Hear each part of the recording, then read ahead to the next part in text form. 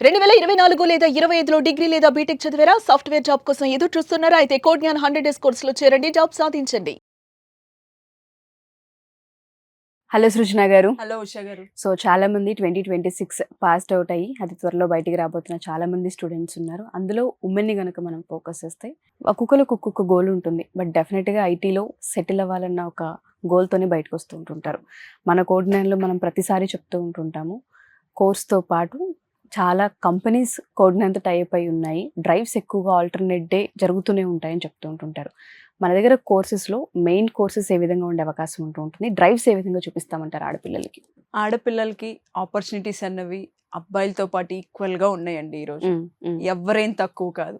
ఒక రకంగా చెప్పాలంటే ఇంకా వీళ్ళే ఎక్కువ పర్ఫామ్ చేస్తున్నారని కూడా చెప్పొచ్చు.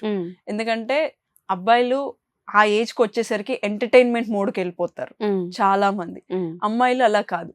అమ్మో ఇప్పుడు మేము జాబ్ తెచ్చుకుని సెటిల్ అవ్వకపోతే మాకు పెళ్లి చేసి పంపించేస్తారు అన్న భయం ఉంటుంది ఆడపిల్లలకి. చాలా మందికి ఆ ప్రెషరు ఉంటుంది, అట్ ద సేమ్ టైం భయం కూడా ఉంటుంది.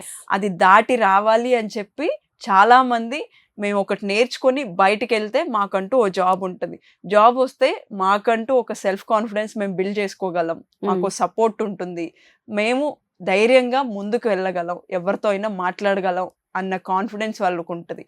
అట్లాంటి ఆడపిల్లలు ధైర్యంగా కోడ్ జ్ఞాన్కి రావచ్చు. ఓకే, సో మన దగ్గర డ్రైవ్స్ ఏ విధంగా ఉండే అవకాశం? మన దగ్గర ఎవ్రీ ఆల్టర్నేట్ డే ఒక డ్రైవ్ జరుగుతుందండి, irrespective of person, whether it is IT or non IT.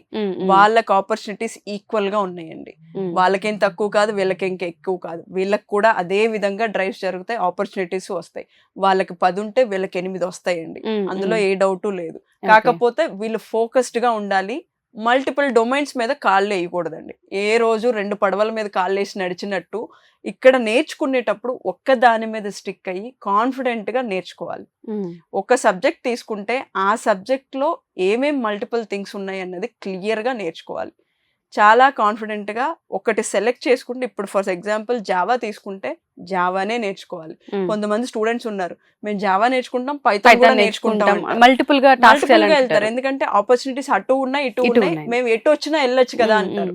కానీ అన్ని నేర్చుకుంటారు, వాళ్ళకి స్కిల్ టాలెంట్ ఉంటుంది, కాదని నేను అన్ను. కానీ కన్ఫ్యూజన్ క్రియేట్ అవుతుంది. ఎట్ ఏ టైం 2 నేర్చుకోవటం అన్నది జరగదు. అది చాలా డౌట్స్ క్రియేట్ అవుతుంది. అటు ఇటు టాపిక్స్ మల్టిపుల్ గా జరుగుతూ ఉంటాయి కాబట్టి మేనేజ్ చేయడం కష్టం. వాళ్ళు సబ్జెక్ట్ వైజ్ కూడా స్ట్రాంగ్ అవ్వలేరు అక్కడ. అట్లా చెయ్యొద్దు, ఏదో ఒకటి సెలెక్ట్ చేసుకోండి. సెలెక్ట్ చేసుకునే దాని మీద సూపర్ పర్ఫెక్ట్ అవ్వడానికి ట్రై చేయండి అని చెప్తాను నేను. ఓకే, మన దగ్గర కోర్స్ డ్యూరేషన్ ఎన్ని మంత్స్? కోర్స్ డ్యూరేషన్ వచ్చి 100 డేస్ ప్రోగ్రామ్ అండి. ఏదైనా కూడా 100 డేస్ ఉంటుంది. ఆ 100 డేస్ చాలా ఫోకస్డ్ గా వాళ్ళు చేయాలి. అది కూడా విత్ ట్రైనర్ ఇన్స్ట్రక్షన్స్, వాళ్ళు ఇచ్చే ఇన్స్ట్రక్షన్ ఫాలో అవ్వాలి, ప్రాక్టీస్ సెషన్స్ అటెండ్ అవ్వాలి.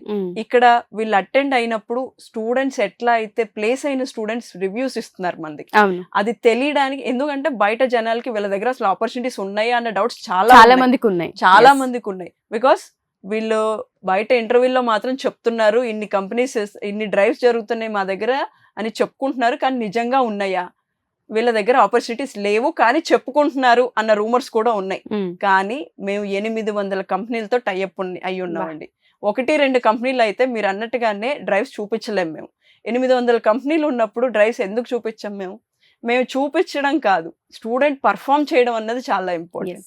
స్టూడెంట్ వచ్చిన కంపెనీస్కి అప్లై చేయాలి, వాళ్ళు వర్క్ చేయాలి, దాని మీద వాళ్ళు చేస్తేనే వస్తుంది.